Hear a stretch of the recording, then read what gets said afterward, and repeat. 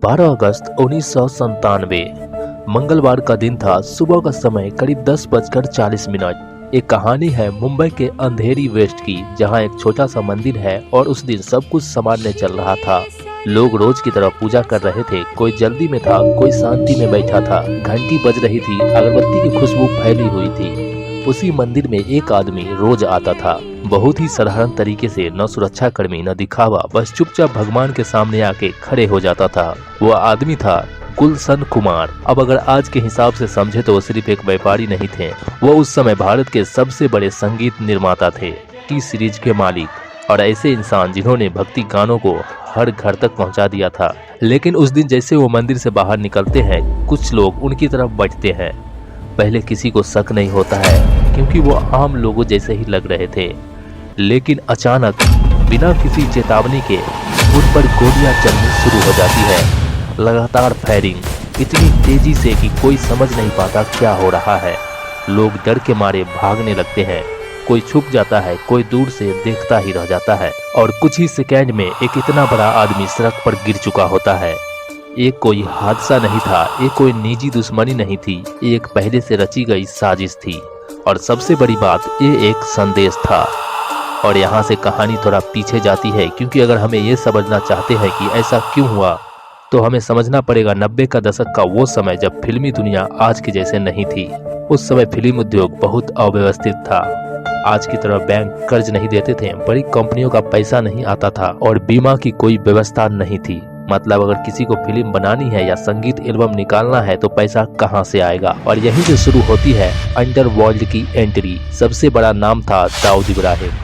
अब दाऊद इब्राहिम को सिर्फ एक अपराधी समझना गलती होगी। वो असल में एक पूरा नेटवर्क चला रहा था, जिसे डी कंपनी कहा जाता था। इस नेटवर्क का तरीका बहुत ही व्यवस्थित था। दाऊद इब्राहिम जो योजना का फैसला लेता था, और उसके नीचे लोग जैसे छोटा शकील और उससे नीचे के गिरोह शूटर और वसूली करने वाले। ये लोग सीधे सामने नहीं आते थे, ये बाहर से काम करते थे, दुबई, पाकिस्तान और दूसरे देशों से। और भारत में सिर्फ काम को पूरा किया जाता था। मतलब जो आदमी आदेश दे रहा था वो हजारों किलोमीटर दूर बैठा होता था, और यहाँ कोई और उसका काम कर रहा था। अब सवाल आता है, नियंत्रण कैसे होता था? और इसका सबसे बड़ा जवाब है फोन कॉल। उस समय एक लाइन बहुत मशहूर थी, भाई बोल रहा है।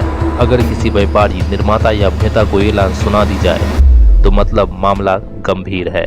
और इसके बाद मांग आती थी, इतना पैसा दो नहीं तो अंजाम भुगतना पड़ेगा। अब ये कोई खाली धमकी नहीं थी। लोग जानते थे कि अगर मना किया तो सच में कुछ हो सकता है। कई लोगों ने पैसे दिए क्योंकि उन्हें अपनी जान प्यारी थी। कुछ लोगों ने मना कर दिया और वही लोग बाद में न्यूज बन गए। अब वापस आते हैं गुलशन कुमार पर।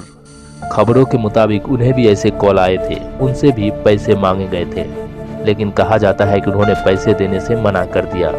अब ये फैसला छोटा नहीं था, क्योंकि वो जानते थे सामने कौन है, लेकिन शायद वो अपने असूलों पर अड़े थे, और शायद उन्हें लगा कि वो सुरक्षित है।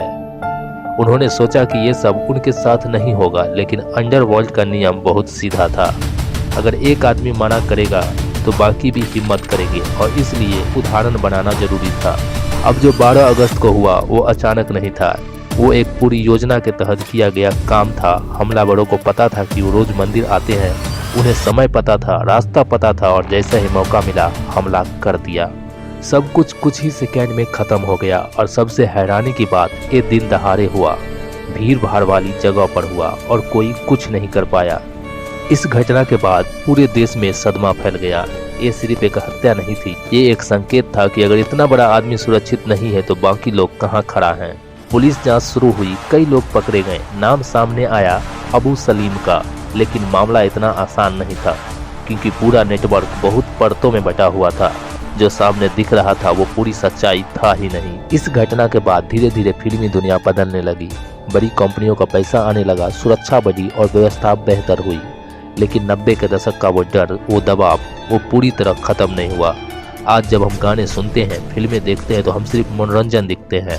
लेकिन एक समय ऐसा था जब इस दुनिया के पीछे एक अदृश्य नेटवर्क काम कर रहा था, जहां फैसला कहानी से नहीं बल्कि फोन कॉल और डर से होते थे। और शायद यही इस कहानी का सबसे बड़ी सच्चाई है। कि ताकत हमेशा सामने नहीं दिखती, कभी कभी वो पर्दे के पीछे रहकर सब कुछ नियंत्रित करती है।